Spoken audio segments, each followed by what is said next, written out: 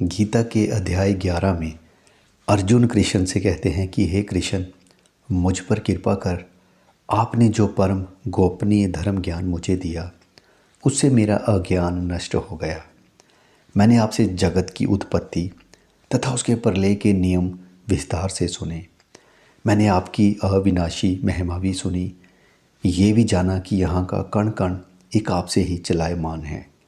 आप ही इस संपूर्ण जगत के एकमात्र परम कारण हैं। और ये सब जो आप अपने बारे में कहते हैं, ये बिल्कुल ऐसा ही है। इससे अब मुझे कुछ संशय नहीं है।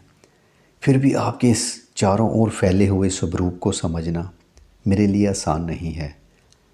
अंत आप बुरा ना माने तो मैं आपके ऐश्वर्य, शक्ति, बल, वीर्य और तेज से युक्त इस महान स्वरूप को प्रत्यक्ष देखना चाहता हूँ।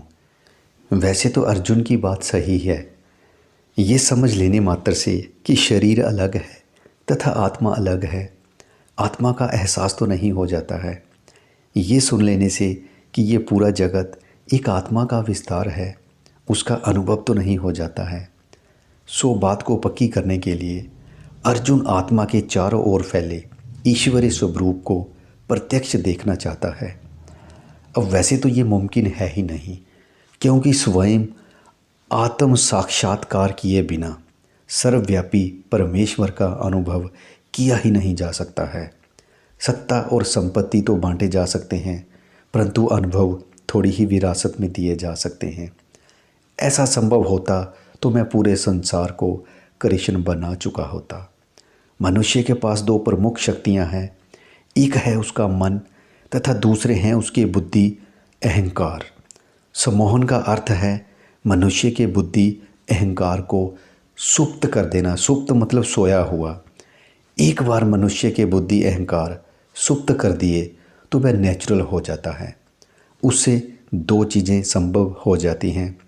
पहला तो इससे उसके भीतर का वास्तविक स्वरूप पूरे का पूरा बाहर आ जाता है, क्योंकि तोड़ मरोड़ कर सब कुछ समझने और समझाने वाले बुद्धि अहंकार सम्मोहित किए जाने पर कार्य करना बंद कर देते हैं। ऐसे में आप ना सिर्फ मनुष्य को जो कुछ भी दिखाना चाहते हैं वह उसे दिखा सकते हैं, बल्कि जो कुछ भी उसे समझाना चाहते हैं वह समझा भी सकते हैं, क्योंकि इस क्रिया में भी बाधा पहुंचाने वाली बुद्धि सम्मोहन के समय कार्य नहीं कर रही होती है। सो कुल मिलाकर कहूँ तो अर्जुन ने तो अपनी तरफ से मुझे दुविधा में डाल दिया था, परंतु मेरी चतुराई ने इसे भी एक मौका बना लिया, क्योंकि अब मैं उसके भीतर को भी प्रकट करवा दूंगा और उसे मेरे विश्व स्वरूप का एहसास भी करवा दूंगा। इससे मुझे दो सीधे फायदे होंगे। एक तो उसकी छिपी इच्छा के साथ साथ उसके वर्तमान भय की गहराई का भी पक्का अंदाज़ा हो जाएगा। दूसरा ये कि विश्व स्वरूप देखते ही वह पूरी तरह से मेरे वश में आ जाएगा। चलो, अर्जुन मेरे ईश्वरीय स्वरूप को देखना चाहता था, सो उसने देख लिया, यानी मेरा सम्मोहन पूरी तरह से सफल रहा। यहाँ ये भी समझ लेना कि अर्जुन मुझे जो बहुत मुखों वाला, बहुत सी भुजाओं वाला तथा अनेक शस्त्रों से लैस जो देख रहा है, ये वह उसी की ईश्वरी कल्पना देख रहा है। उसने शास्त्रों में ईश्वर के बारे जो कुछ पढ़ा है वह उसी का विस्तार देख रहा है। यदि किसी अन्य की ईश्वर की कुछ और कल्पना है तो सम्मोहित किए जाने पर वह अपनी उस कल्पना अनुसार ही ईश्वर को देखेगा, और यदि किसी की ईश्वर के बारे कोई कल्पना ही नहीं है तो सम्मोहित किए जाने पर भी वह ईश्वरी स्वरूप नहीं देखेगा। कहने का मतलब ये है कि मनुष्य 24 घंटे अपने मन की कल्पना का ही चारों ओर विस्तार देखता रहता है, और इसे ही निद्रा यानी उसका अज्ञान कहते हैं। और ऐसी निद्रा में जी रहे मनुष्य को ही सम्मोहित किया जा सकता है। किसी भी जागृत व्यक्ति को कभी सम्मोहित नहीं किया जा सकता है।